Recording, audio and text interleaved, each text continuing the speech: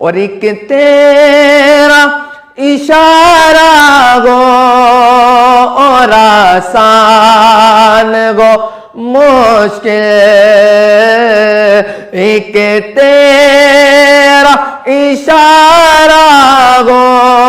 اور آسان گو مشکل ایک لے گئے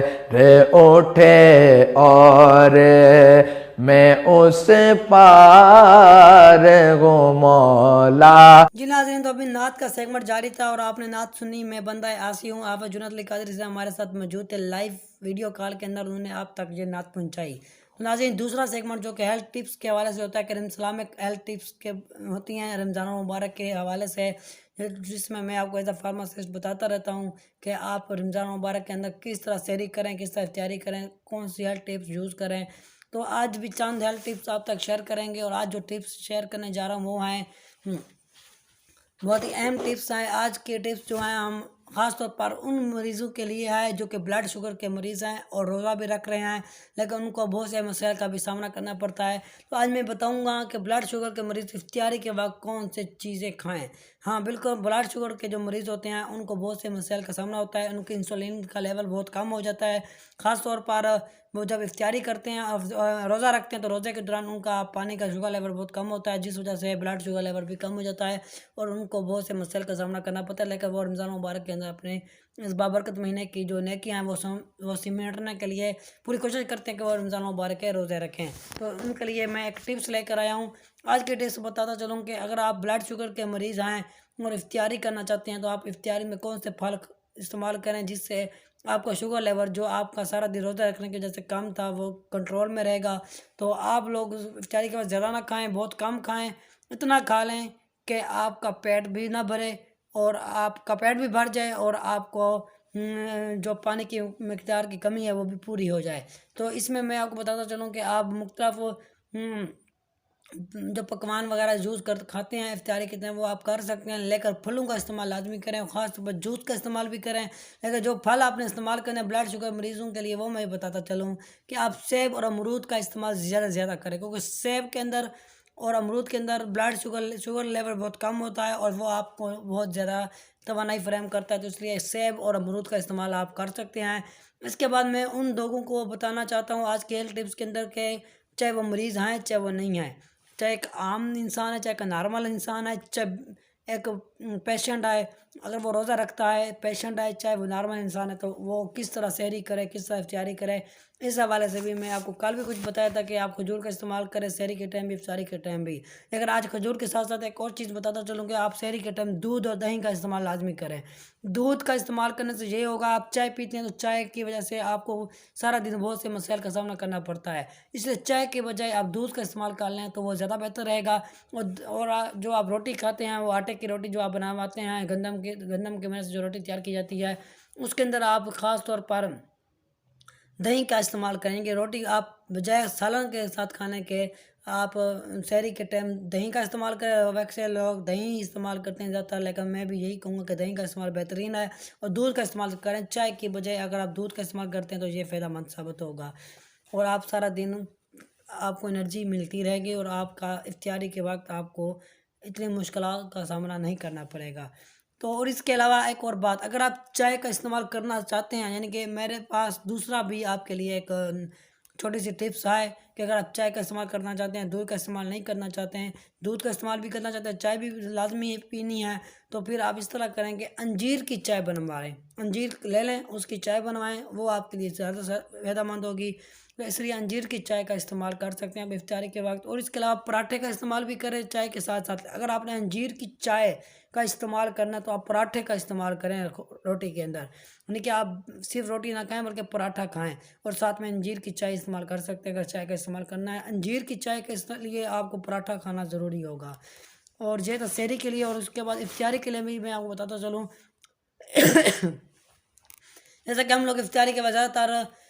مختلف پکوان کھاتے ہیں، جیسا کہ زیادہ تر سموسے پکوڑے وغیرہ کا استعمال ہوتا ہے. تو میں آپ کو یہی کہوں گا کہ افطاری کے بعد سموسے کا استعمال کریں تو یا پکوڑے کا استعمال کریں تو صرف 2 ہی کھائیں. 2 پکوڑے لے لیں یا پھر 2 سموسے لے لیں، اس سے زیادہ سموسے نہ کھائیں، اس سے زیادہ پکوڑے نہ کھائیں، یہ آپ کے لیے فائدہ مند نہیں ہوں گے افطاری کے وقت۔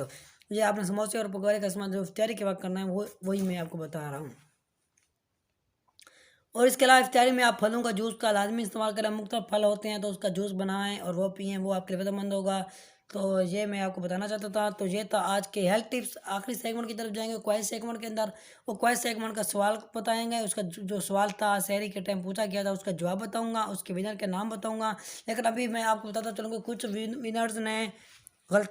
غلطیاں کی ہیں، یعنی کہ کمنٹ سیکشن کے اندر ڈن تو لکھ دیا لیکن میرے نمبر پہ میسج نہیں کیا۔ اگر آپ میرے نمبر پہ میسج کریں گے اور کمنٹ سیکشن کے اندر ڈن لکھیں گے تو ہی آپ ہمارے ونر لسٹ میں شامل ہو سکیں گے، ادروائز آپ ونر لسٹ میں شامل نہیں ہوں گے۔ تو جن لوگوں نے آج رپلائی کیے لیکن کمنٹ سیکشن کے اندر کمنٹ کیا لیکن ڈن لکھا لیکن جواب جو ہوتا سوال کا وہ میرے نمبر پہ نہیں بھیجا، تو اس کا نام آج کے ونر لسٹ میں شامل نہیں ہو سکا۔ تو اس کے لیے میں ان کو بتاتا چلوں کہ جن لوگ میں نے نوٹ کیا ہے کہ زیادہ تر لوگ سحری ٹرانسمیشن دیکھتے ہیں اور سحری کے اندر وہ سوال جو پوچھا جاتا ہے اس کا جواب دینے کے لیے وہ اس لیے سحری ٹرانسمیشن دیکھتے ہیں، اور افطاری ٹرانسمیشن بہت کم دیکھتے ہیں، کیونکہ انہیں پتہ ہوتا ہے کہ سوال کا جواب جو بھی آئے اور ونر کے نام جو بھی ہیں وہ ہمیں بعد میں پتہ چل ہی جائے گا، اس لیے وہ افطاری ٹرانسمیشن بہت کم دیکھتے ہیں۔ لیکن سحری ٹرانسمیشن کے اندر سوال کا جواب دینا ہوتا ہے اس لیے وہ زیادہ دیکھتے ہیں۔ ویوز کی اگر دیکھا جائے تو وہ بھی یہی کہہ رہے ہیں کہ افطاری ٹرانسمیشن کا ویوز بھی بہت کم ملتے ہیں، لیکن میں یہی کہوں گا کہ آپ افطاری ٹرانسمیشن دیکھیں، کیونکہ اس کے اندر وہ چیزیں بتائی جاتی ہیں جو آپ کو سحری کے اندر نہیں بتائی جاتی، جو سحری کے اندر آپ کو بتائی جاتی ہیں وہ افطاری میں نہیں بتائی جاتی، اس لیے سحری بھی دیکھیں افطاری بھی دیکھیں۔ اور افطاری کے اندر خاص طور پر ہم آپ کو سوال کا جواب بھی بتاتے ہیں، اس کے علاوہ افطاری کے اندر ہم آپ کو ہیلتھ ٹپس بھی دیتے ہیں، اس کے علاوہ افطاری کے اندر ہم آپ کے ساتھ نعت کا سیگمنٹ بھی رکھتے ہیں یا پھر بیان کا سیگمنٹ بھی ہوتا ہے۔ اور لیکن یہاں پہ میں آپ کو ایک بار پھر بتاتا چلوں گا، جب بھی آپ سے سوال کیا جاتا ہے سحری کے اندر تو آپ نے سحری ٹرانسمیشن کے جو ویڈیو ہوتی ہے اس کے اندر ڈن لکھنا ہوتا ہے، اور میرے پرسنل نمبر پر 030867672449 پر سوال کا جواب آپ نے واٹس ایپ کرنا ہوتا ہے، تو ہی آپ ونر لسٹ میں شامل ہوں گے۔ اگر آپ نے